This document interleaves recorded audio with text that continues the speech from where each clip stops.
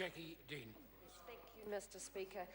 If we needed an illustration of how important good public services are for the lives of New Zealanders, then I think the events around the Southern District Health Board non-performance over the past few years absolutely illustrates and confirms this government's push and very strong focus on providing good public services.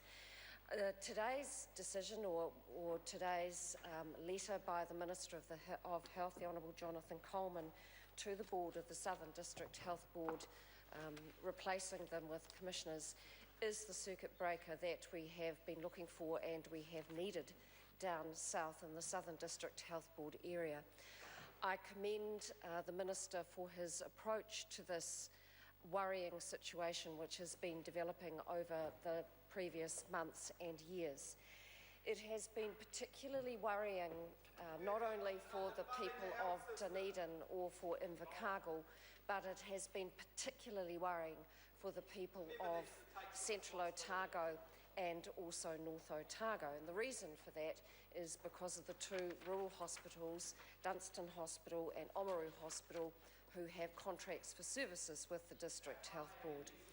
And if you talk about the people of those areas, Oamaru is an area in North Otago with a fairly static population, an ageing population, but also we have a number of new people coming into our communities as a result of employment opportunities. Central Otago, on the other hand, is an area of growth, also has a fair share of older folk there with their particular needs, but is experiencing strong growth. You also think about, and I met many years ago now with a young woman who lived at Lake Hawea, and she was pregnant and was concerned about her pregnancy because she was one of those where it was signalled that she would probably have to go to Dunedin for the birth of her child. And the implications of that were very stark. If one were to look at the Stuff website, you'd see that there is a bad weather and snow warning for all of Central Otago and much of the south. Now, what that would mean is that if you were having a planned birth at Dunedin Hospital from Hawea, that person would almost have to set out the day before. We are very remote down south. We are very remote from the base hospitals of Dunedin and Invercargill, which is why it is so very important to maintain the capability and the funding to both Dunstan and Oamaru hospitals. We are remote.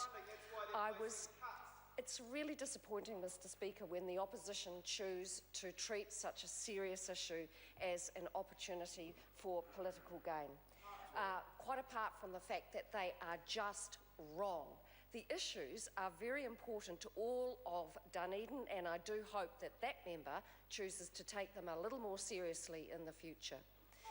The Rural Health Services Review that was undertaken by the District Health Board over the past couple of years promised to be an opportunity to provide better services for those hospitals of Dunstan, Oamaru, but also Balclutha, of course, and Ranfurly. They promised to take a more modern view and a more modern look at how we provide health services for that woman living in Lake Hawea, or for the person who's experiencing a cardiac event in Wanaka or in Oamaru and needs specialist health services.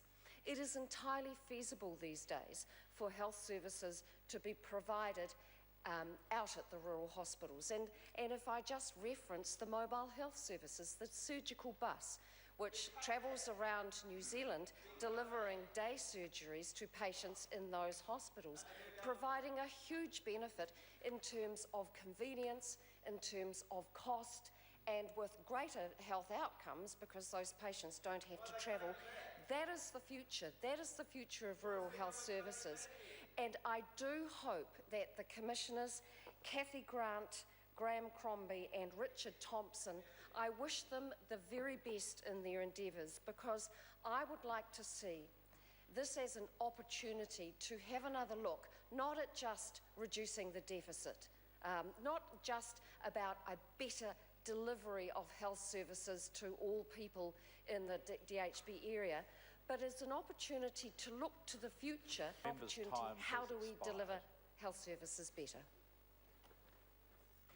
Jenny Salisa. Talafalava, Mr. Speaker. I'd like to first of all